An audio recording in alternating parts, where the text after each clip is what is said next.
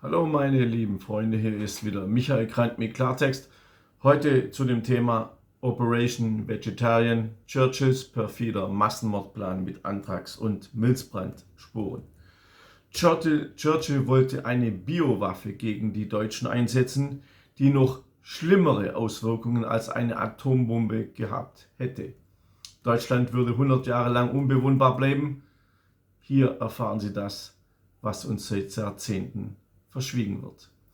Winston Churchill beauftragte im Jahr 1942 Dr. Paul Fields, Direktor der Biologieabteilung der geheimen militärischen Forschungseinrichtung Porton Down in der Nähe von Salisbury in Wiltshire, einen Weg zu finden, einen biologischen Kampfstoff gegen Deutschland zu entwickeln. Fields kam schließlich auf die Idee, mit Milzbrand und Anthrax verseuchte Nahrungsergänzungsmittel für Rinder, im Volksmund Viehkuchen genannt, auf deutschen Weiden auszuwerfen. Die britischen Militärbehörden akzeptierten den Plan und begannen heimlich mit der Produktion von 5 Millionen kontaminierten Rinderkuchen, die von 12 umgebauten RAF-Bombern über verschiedenen Gebieten Deutschlands abgeworfen werden sollten. In diesem Zusammenhang muss ich erstmal erklären, was Anthrax überhaupt ist. Anthrax ist der Name einer Krankheit, die durch das im Boden lebende Bakterium Bacillus anthracis verursacht wird. Wenn die samenartigen Sporen der Bakterien in einen Schnitt in der Haut einer Person eindringen, eine Form von Krankheit, die als Hautmilzbrand bekannt ist, kommt es zu einer schweren Infektion, deren markantestes Merkmal ein kohlschwarzer Schorf ist. Daher kommt auch der Name Anthrax. Anthrakis ist das griechische Wort für Kohle. Unbehandelt ist Hautmilzbrand in etwa 20% der Fälle tödlich. Wenn die Sporen gegessen, gefressen oder eingeatmet werden, ist die Gefahr weitaus größer. Magen-Darm-Milzbrand tötet Tiere oder Menschen, die die Sporen zu sich nehmen, in etwa 60% der Fälle. Und inhalierter Milzbrand tötet seine Opfer in etwa 95% der Fälle. Moderne Behandlungen haben die Sterblichkeitsraten erheblich gesenkt, aber diese Behandlungen waren in den 1940er Jahren noch nicht verfügbar. Milzbrand gehört neben Pest, Pocken, Queensland-Fieber, ein von Bakterien produziertes Gift, zu den weltweit gefährlichsten Erregern, weil sie entweder hochgradig tödlich oder hochinfektiös sind oder sich leicht verbreiten. Bis heute sind diese Bakterien international geächtet und verboten. Eigentlich ist Milzbrand eine von Rindern, Schafen, Ziegen und Schweinen auf Menschen übertragbare Infektionskrankheit, die zu einer starken schwarz-roten Schwellung der Milz, zum sogenannten Milzbrand, führt. Die widerstandsfähigen Milzbrandsporen können sich nicht nur jahrelang halten, sondern auch neue Keime bilden. Unterschieden wird in Hautmilzbrand, bei dem die Sporen durch die Haut eindringen, Darmmilzbrand, bei der eine Sporenaufnahme mit der Nahrung erfolgt, und Lungenmilzbrand, beim Einatmen der Sporen, der innerhalb weniger Wochen tödlich ist. Für die biologische Kriegsführung, die die Briten gegen die Deutschen planten, war gerade der Lungenmilzbrand interessant. Zum einen, weil er die tödlichste Form der Krankheit darstellte, und zum anderen, weil die Sporen sich über Aerosole von Flugzeug verbreiten ließen. Nach dem Einatmen folgen in der Regel Fieber, Schüttelfrostattacken, schwere Lungenentzündungen verbunden mit blutigem Husten. Unbehandelte sterben in wenigen Tagen zu 100%.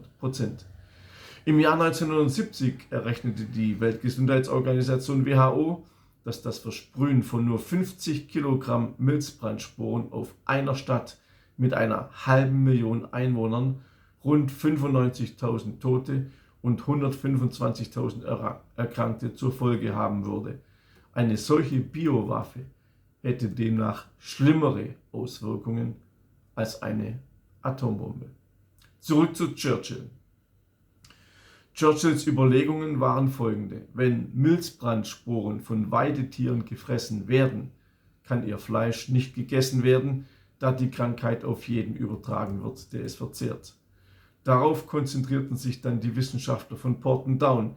Sie entwickelten einen Plan, um die deutsche Fleischversorgung zu unterbrechen, indem sie die riesigen Weideviehherden in ganz Norddeutschland kontaminieren bzw. vernichten wollten. Dies würden sie erreichen, indem sie mit Anthrax und Milzbrand infizierte Viehkuchen von Bombern der Royal Air Force über den Weideflächen abwerfen würden.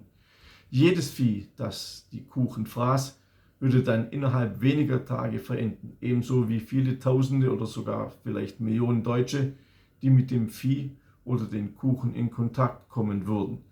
Sobald sich herausstellte, dass die deutsche Fleischversorgung vergiftet war, so die Überlegung in Portendown, würden durch die vielen Toten die verängstigten Deutschen gänzlich auf den Verzehr von Fleisch verzichten. Daher auch der Name Operation Vegetarian. Die Engländer waren der Überzeugung, dass dies die Nahrungsmittelknappheit während des Krieges und die Moral der Deutschen noch einmal zusätzlich verschlechtern würde. Beamte von Portendown bestellten aus diesem Grund bei einem kleinen Lieferanten ausreichend Rohstoffe für bis zu 5 Millionen der hochgefährlichen Giftkuchen. Dann beauftragte man einen Londoner Toilettenseifenhersteller, damit das toxische Material in Einzelstücke mit einem Durchmesser von etwa 2,5 cm und einem Gewicht von weniger als 28 Gramm zu schneiden. Schließlich heuerte man noch ein Dutzend Seifenmacher an, allesamt Frauen, die nicht anderes taten, als in der geheimen Einrichtung Rinderkuchen mit Anthrax und Milzbrandsporen zu infizieren. Das Landwirtschaftsministerium produzierte die Gifte dazu in einem eigenen Labor. Bis zum Frühjahr 1944 waren alle 5 Millionen Kuchen hergestellt und kontaminiert. Auch die modifizierten RAF-Bomber, die sie über Norddeutschland abwerfen würden, standen bereit. Die Planer von Portendown schätzten, dass es etwa 18 Minuten dauern würde, bis die Bomber ihre Ziele über Deutschland erreichen würden. Bei ihrer Ankunft sollten bei einem 20-minütigen Angriff insgesamt 4000 Kuchen abgeworfen werden. Wenn bei der Mission 12 Bomber eingesetzt würden, könnten diese 48.000 Rinderkuchen abwerfen. Damit wären die meisten Weideflächen in Norddeutschland mit Milzbrand verseucht und es würden sogar noch Millionen von vergifteter Kuchen für zukünftige Angriffe in anderen Teilen Deutschlands übrig bleiben. Der Nebeneffekt: Weil die Milzbrandsporen ein Jahrhundert oder länger im Boden lebensfähig bleiben können, würde das vergiftete Deutschland über Generationen hinweg unbewohnbar bleiben. Dr. Paul Field, Direktor der Biologieabteilung von Portendown, sagte, ich zitiere: Das Vieh muss auf den offenen Weideflächen getroffen werden, wenn das üppige Frühlingsgras abnimmt. Versuche haben gezeigt, dass die Kuchen dann in sehr kurzer Zeit von den Rindern gefunden und verzehrt wird. Zitat Ende. Alle warteten gespannt auf den Einsatzbefehl von Winston Churchill, der auch der Initiator der Operation Vegetarian war. Doch der Befehl kam nicht. Warum nicht? Grund dafür war, dass sich zu diesem Zeitpunkt der Krieg bereits gegen Deutschland gewendet hatte. Da das Überleben Großbritanniens nicht mehr gefährdet und die Niederlage Deutschlands nur noch eine Frage der Zeit war, entschied sich Winston Churchill im Frühjahr 1944 gegen die Durchführung der Operation Vegetarian. Hätte das Kriegspendel nicht für die Briten ausgeschlagen, hätte Churchill aber keine Sekunde lang gezögert, um den Massenmord an den Deutschen zu befehligen. So aber wurden alle 5 Millionen Rinderkuchen bei Kriegsende im Jahr 1945 in eine Verbrennungsanlage in Portendown eingespeist und vernichtet. Wie grauenhaft Churchills Massenmordplan war, wie tödlich eine Anthrax-Milzbrand-Angriff über Tausende von Quadratmeilen gewesen wäre, wurde an einem einzigen Ort getestet, an dem die Briten während des Krieges tatsächlich Anthrax- und Milzbrandsporen eingesetzt haben. Gwynedd Island, eine 520 Hektar große Insel, weniger als eine Meile groß und weniger als eine Meile entfernt an der Küste im Nordwesten Schottlands. Zu Beginn des Krieges beschlagnahmten die Briten die Insel und nutzten sie 1942 und 1943 als Testgelände für ihre Milzbrandbomben. Bei einem solchen Test wurden 60 Schafe an einer Leine angebunden. Vor der wehrlosen Herde wurde eine Milzbrandbombe in Windrichtung gezündet. Die Schafe atmeten die Milzbrandsporen ein. Innerhalb weniger Tage starben alle. Die Wissenschaftler von Porton Down warfen die Kadaver über eine Klippe auf der Insel ab und begruben sie dann, zumindest hofften sie das, durch die Sprengung der Klippe. Doch eines der toten Schafe gelangte unbemerkt ins Wasser und trieb zum schottischen Festland, wo es an einen Strand gespült wurde. Dort wurde der Kadaver von einem Hund angefressen.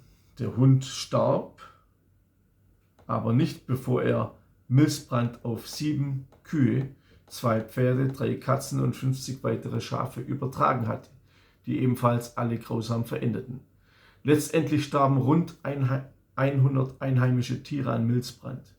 Die Behörden stellten das Gebiet panikartig unter Quarantäne, bevor die bösartigen Bakterien die menschliche Bevölkerung befallen konnte.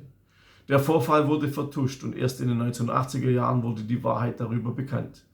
Das britische Verteidigungsministerium richtete eigens einen Fonds ein, um künftige Milzbrandopfer für den Fall der Fälle zu entschädigen. Das zeigt eindringlich, wie brutal der Massenmord an den Deutschen von Churchill geplant war, wie beinahe tausende Quadratmeilen europäischen Bodens bis heute unbewohnbar gemacht worden wären. Churchills schrecklicher Massenmordplan, die Deutschen mit Milzbrand und Anthrax auszurotten, fällt natürlich in den deutschen Geschichts- und Schulbüchern. Es fällt aber nicht in meinem Buch Deutschland muss vernichtet werden. In diesem Buch habe ich alle Massenvernichtungspläne gegen uns Deutsche aufgeführt. Alle. Auch Pläne, die ihr noch nie gehört und noch nie gelesen habt. Zum Beispiel wollte man 6 Millionen Deutsche vergiften, indem man das Grundwasser vergiftete und so weiter und so fort. Alles in diesem Buch, auch die Massenmordbilanz an uns Deutschen. Dieses Buch ist ein Denkmal an unsere Toten. Wer mehr zum Krieg gegen England wissen will, wie der Krieg überhaupt ausgebrochen ist, wie er verlaufen ist, was mit Rudolf Hess geschah, alles in meinem Buch Adolf Hitler, eine Korrektur, Band 6. Abonniert mich auch auf Telegram. Dort bin ich unzensiert und abonniert bitte auch meinen kostenlosen Newsletter auf www.michaelkrant.de. Alle Links sind unten angegeben. Ich wünsche euch alles Gute, bis zum nächsten Mal. Euer Michael Krant.